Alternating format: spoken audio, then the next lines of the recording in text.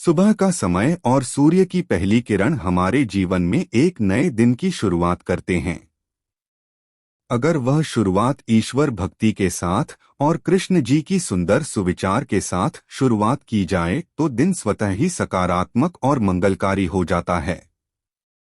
इसी प्रकार के सुंदर और अद्भुत श्री कृष्ण विचार जिन्हें सुकर और समझकर आप अपना दिन सुंदर बना सकते हैं।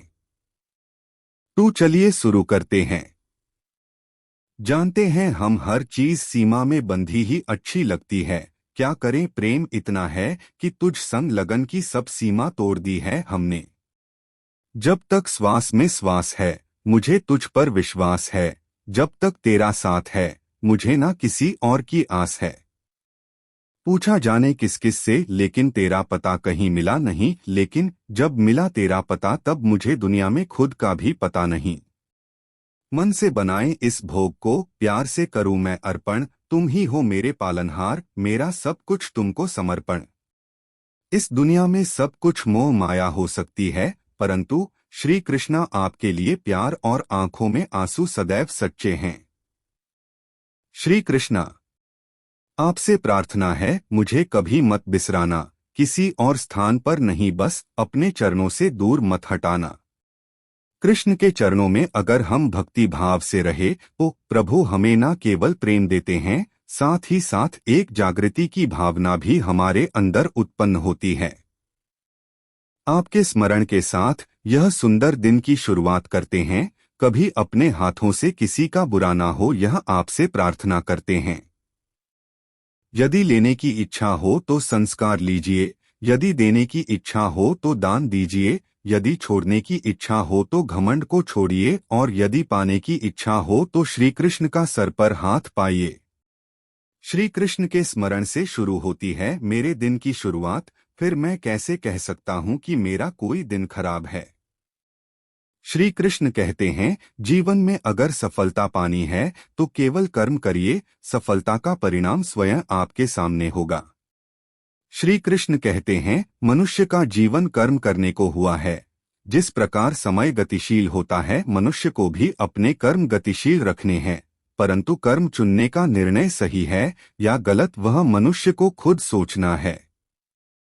मनुष्य के जीवन में आशा चाहे छोटी हो या बड़ी फर्क नहीं पड़ता, परंतु निराशा आ जाने से सब कुछ विपरीत हो जाता है। मतलबी दुनिया ने विपरीत समय में अपनी नजरें बदल ली, परंतु श्री कृष्ण जब से थामा तुमने मेरा हाथ मेरी किस्मत बदल गई। श्री कृष्ण प्रेम दुनिया के हर एक प्रेम से पावन, पवित्र और सुंदर होता है, क्योंकि ईश्वर से किए जाने वाले प्रेम में किसी प्रकार का लोभ, मोह या इच्छा नहीं होती। जो सही मायने में ईश्वर से प्रेम करते हैं वह सिर्फ इस दुनिया के झंझट को छोड़कर मोक्ष प्राप्ति के लिए ईश्वर की आराधना करते हैं। हमारा हर जगह उपस्थित होना संभव नहीं है, लेकिन हमारे द्वारा किया गया आचरण हमारी अनुपस्थिति को भी उपस्थिति में परिवर्तित कर देता है।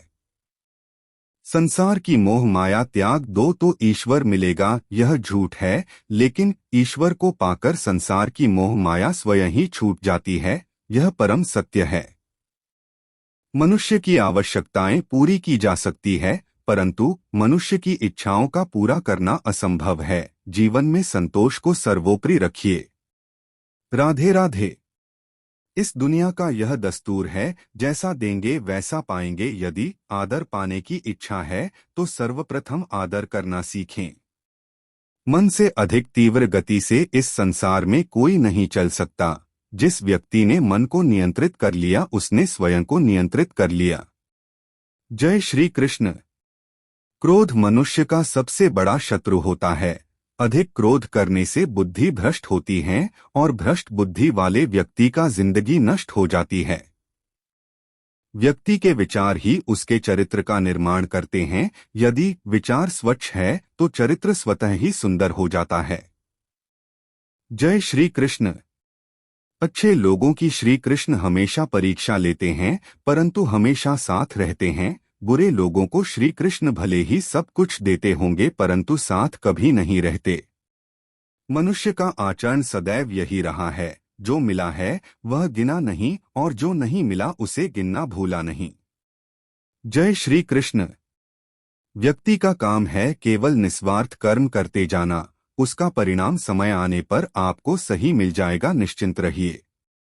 दुख की घड़ी में बिल्कुल मत डगमगाए, क्योंकि जिस प्रकार मौसम आते जाते रहते हैं उसी प्रकार सुख दुख आते जाते रहते हैं।